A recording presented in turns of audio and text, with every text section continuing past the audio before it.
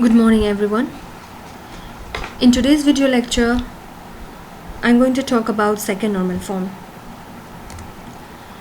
So in this second normal form, we will learn the basic concepts of second normal form, and we will also see what was the problem in the first normal form and why we are decomposing the first normal form table into second normal form.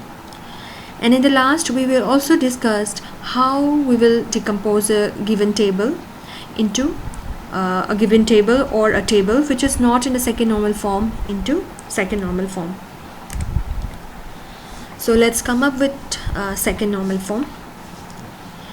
A table is said to be a second normal form if it satisfies two conditions. Okay, just remember, for second normal form there will be two conditions to satisfy. So the first condition is the table should be in the first normal form. Okay, the table should be already in the first normal form. Okay, and in the second condition, all the non-prime attributes should be fully functional to the candidate key, or you can say the table should not have partial dependencies. Okay, so let's come up with this. So let's go with the second. So let's go with the first condition, that is, the table should be in the first normal form. We will see this with a given example. We will take an example table and then we will see it. So in this example table, we have this customer ID, stock ID, and location, and there are values here. Simply looking in this table, we can conclude that the table do not contain multi-value. So this is already in the first normal form. Okay. So now what we can conclude is that this table is already in the first normal form, and the first condition of the second normal form is satisfied. So now we can go for the second condition. So what was that? The second condition is that all prime attributes should be fully functional to the candidate key. So let's go with what is non-prime attributes, what is functional, what is fully functional, and what is candidate key. In the previous video lecture, I have already talked about what is functional dependency, what are the prime attributes, and what are the candidate keys. Okay, so let's again remind it. What are the candidate keys, what are the prime attributes, what are the non-prime attributes, and what are the functional dependency. Okay, so a candidate key is nothing but a minimal set of attributes which can uniquely identify the tuple. Okay, so a candidate key must be a minimal set of attributes, or it can be simply simply an attribute that uniquely identify the tuple. Okay, so a candidate key is nothing but what? A primary key. So how we choose a primary key? We choose primary key among the candidates. Okay, and we among the candidate keys by the database administrator. Okay, but so here again, let's check which one will be the candidate key, which attribute can be the candidate key. So just look at here. Customer ID having the value 1, a customer ID having the value 1 should have the stock ID 1, and its location should be Delhi. Okay, so here again, the customer ID 1, it should have it's supposed to have the stock ID. It should supposed to have the stock ID 1, but it has a stock ID 3. So the customer ID cannot be a primary key, right? So again, when I form a set of attributes like customer ID and stock ID, when I form a set of attributes like customer ID and stock ID, like a customer ID having 1 and stock ID having 1 should have the location 1. Okay, no, should have the location Delhi. Okay, a customer ID having 1 and stock ID having 3 should have a location Mumbai. Okay, so like this, customer ID 2 along with the stock ID 1 should have a Delhi. So now we can conclude that this customer ID with stock ID, customer ID 1 and stock ID 1 has a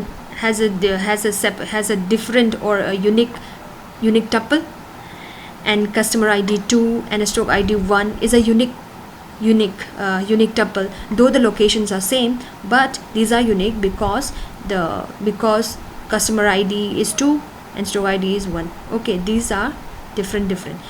So what I can conclude here is that this customer ID and stock ID will these two attributes will form a composite key, and this composite key will be the candidate key for this table. Okay, so the minimal in this table, the minimal will be the minimal key. The minimal candidate key will be the customer ID and the stock ID. And even when I check the customer stock ID, no, it should not be a stock ID. Okay, it's stock ID. It should have, okay, stock, let's say stock ID, but actually it should be a store ID. Okay, let's say it's stock ID. This stock ID 1 should have the customer ID this stock ID 1 having a stock customer ID 1 should have the location Delhi.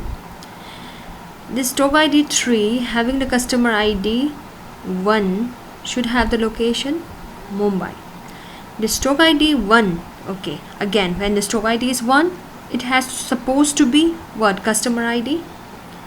It's supposed to be customer ID 1, but the customer ID comes out to be 2. So stock ID alone cannot determine the tuple, so there must be a composite key. So this customer ID and stock ID, the combination of these two attribute will form a composite key, and this composite key will uniquely identify each tuple. So what I conclude is that the candidate key must be composite key, that is nothing but customer ID and stock ID. So here the candidate key is customer ID and stock ID. I have made a mistake here. This should be, please change this store ID as stock ID. Okay, I have put the name. Okay, then again let's go with non-prime attributes. So non-prime attributes, by the definition of non-prime attributes, is nothing but an attribute which do not take part in the candidate key. Okay, so what was the candidate key? The candidate key was the customer ID and stock ID, that which was the composite key. So let's find out those attributes that are not a part of the candidate key. Is customer ID a part of the candidate key? Yes, because the candidate key was customer ID and store ID and the stock ID. This customer ID is a part. Okay, again this stock ID is also a part of the candidate key, and location is not a part of the candidate key. So the location, this attribute location, will be the non-prime attribute. And prime attributes. So now let's come up with prime attributes. Okay, prime attributes are those attributes which take part in the candidate key. So what will be the prime attributes? The prime will attribute how many prime attribute we will get from this given table. We will get customer ID and stock ID. Okay, I made a mistake here. Please change the store ID into stock ID.